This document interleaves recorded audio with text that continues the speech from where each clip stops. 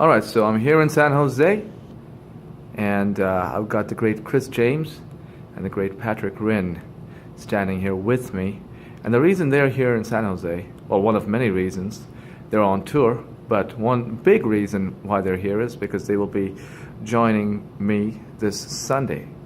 That's the 1st of October for the Chicago Blues Guitar Showdown at the GVA Cafe in Morgan Hill.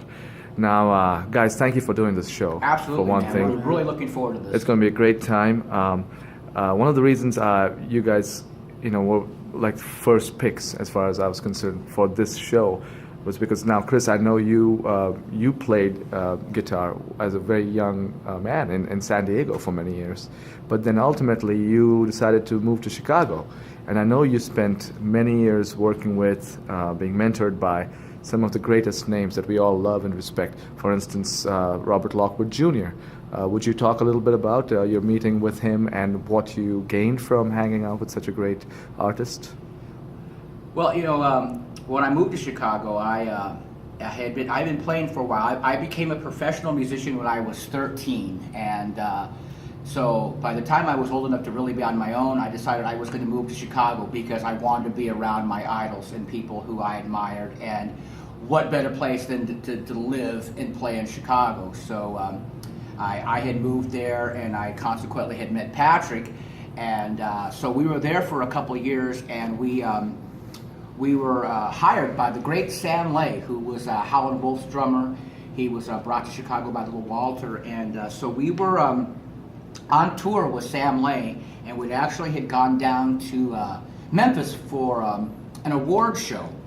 And after the award show, they had a big show at the old Daisy Theater, and so we were getting ready to, we were just hanging out on the side of the stage getting ready to play. So it was me and Patrick and Sam, and we were just waiting on the side of the stage, and all of a sudden someone grabbed my arm, and it was like a vice grip. I actually thought they were going to rip my arm out of its socket. And then all of a sudden I looked, and it was Robert Lockwood. And he says to me, "Hey, is that Sam Lay?" And I said, "Yes, sir, it is, Mr. Lockwood." He goes, "Man, I haven't seen him since we played with Little Walter." And he just shoved me aside, and then he just ran up, and he went to go talk to Sam. So they were there, and I'm thinking, wow, Robert Lockwood just grabbed me. But I want to emphasize, it was like being grabbed by, it was like iron. It was like, I thought he was going to rip my arm off. So he was reminiscing with Sam, and so it was just about time for us to go on stage and play. And so he had let us go, and so we get up to the top of the stage, and the first thing that Robert, he says, "You two guys, you guys really disappoint me." And I'm thinking, oh no, what have we done to make Robert Lockwood upset? He goes, "Normally at people like you, I see you on a gig and you got jeans and a t-shirt on and tennis shoes, and here you guys have suit and ties on, and you're dressed like me." And it's like, wow. It's like, okay, so that was good. So he was happy that we were dressed in suits and being professional musicians. So that was good. And then we go to the stage. Now we're there.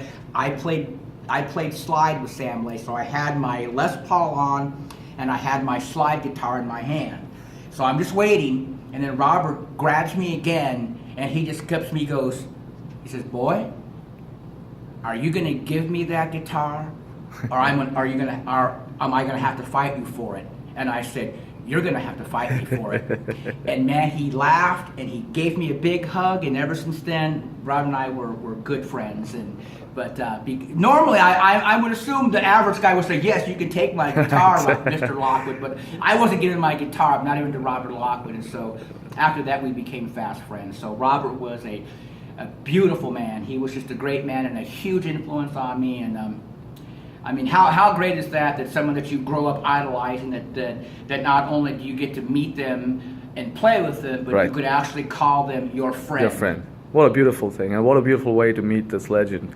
Now, Patrick, I know you interacted with several great Chicago blues artists yourself. Oh, absolutely. And you always talk to me and tell me about the great Dave Myers. Would you give me a brief story about meeting him, perhaps, and what impact it had on you? The first time we met Dave Myers, was at a club in Chicago called Roses, and they were doing a benefit for little Walter at the time because he apparently did not have a gravestone. So it was kind of an interesting day for me. It was a little bit of a baptism of who was who, because when we went in there, we weren't in there 5 minutes, and Chris is all of a sudden shifts into a different gear, and he's just bouncing off the walls, and he's acting crazy. I'm going, finally, I said, dude, what's your problem? He goes, do you realize who's in here? And I said, no, I have no idea. Because I got into blues late, you know. Right. I was 19 years old when I first got introduced to blues, and that's another story. Right. But, so all this was going on, and Dave was playing on stage with Jimmy Lee Robinson, and who else was on stage? It was Sam Lane. Sam, and who was playing piano? Was it? There was no piano on that set, but it was Dave. Dave was playing bass, Jimmy Lee Robinson was playing guitar, and Sam Lane was on drums. And it was this was actually a little Walter tribute. Right. Scott Dirks and Emont Russell had just put a headstone on Walter's grave, and literally every harmonica player from the world showed up. On this memorial. I mean, there were over 50. There was something like 60 harmonica players. It was unreal how many were there. Right. And Dave and Jimmy Lee and Louis Myers and all these guys were relegated to have to play. You know, each guy wanted to get up and play a song. So what happened is Jimmy Lee Robinson they were playing a song in one key, and Jimmy Lee Robinson was playing the song in a different key. And Dave kept looking over at Jimmy Lee and scrunching up his face. I could tell he was saying, Jimmy, what are you doing? And Jimmy was just being obstinate and not changing the key. So when it was all said and done, Dave sort of looked down at Chris and I, because we were sitting right in the front row. And he looked down and he's shaking his head and laughing, but you could tell he was pissed off at the same time. And he says, get me a drink, man, just get me a drink. So I went and got him a drink. And that's when we really first met Dave, and which was the beginning of a very long and great relationship. I loved him and I miss him. But the biggest thing for me as a bass player, and Dave being who he was, the godfather of everything blues bass and modern blues, I didn't have to learn from records or learn from somebody who played with Dave or somebody who played with Dave that learned from that person. Right. You know, in my lineage, I learned how right from the root. From the source. I was straight right from the source. Prior to meeting Dave, I didn't really know anything. I was very raw. I had a lot of compassion, and I really wanted to play. And Chris basically said, look, man, you know, you don't really know what you're doing, but I will help you. And he gave me a great foundation on how to play correctly. But once I met Dave, then I started being exposed to philosophy. Right. You know, and Dave was a philosopher. He was a philosopher, and out of that came the ability to start thinking outside of the box and being musical, and playing how I felt, and playing within the song, and who was taking a solo, or what the singer was singing, and how the drummer was playing or anticipating it. And that all came from Dave. Right. And we spent countless hours at his house until all hours of the morning, just sitting around the table playing. Chris and Dave would be on guitar singing songs, and I would be playing bass. And Dave never said anything. I never learned anything from Dave like a traditional lesson. Right. Yeah, they never would sit down and give you a formal lesson. They never gave you a formal lesson. And so basically what we would do was just play and talk banter and talk story and have fun. But the whole time we're playing, and it's like a monologue in a movie where the music playing was secondary, and the story and the storyline was first and foremost. The only thing Dave ever did was either smile or look at you with that face. Anybody that knows Dave, like we knew Dave, he had this look, and he'd kind of scrunch up his face and look through you. And if he was doing that, you knew you were doing something wrong, and you needed to figure out and fix it. Well, this one particular time, we were at his house, and he was giving me the look, and I scrambled and tried everything I could think of to figure out what I was doing wrong. And finally, I said, Dave, what's the matter? What are you talking about? I don't understand why you're looking at me that way. He says, you're dogging your bass, you're dogging your bass. and I still didn't know what it meant, what dogging my basement. I eventually figured out what he was talking about.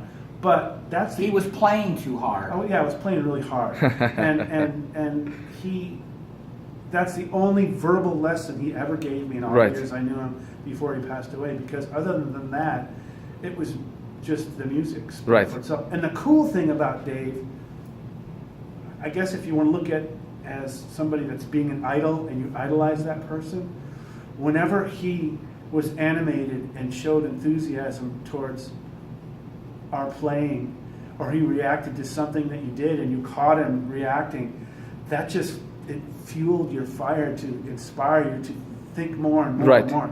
And now, 27 years later, Dave has been gone a long time now. There are nights where we're on stage playing and the music is good, really, really good. And sometimes you're playing and you're going, where's it coming from? Because you don't know. I mean, there's times where I'm playing stuff and I'm going, where's this coming from? Because I'm not really thinking about it. Right. And all I can think of is Dave is looking down, you know. Well, and he is. And I mean, I would like to hope that he's looking Yes. down, you know, and I hope that if something's good, he's guiding me in some way.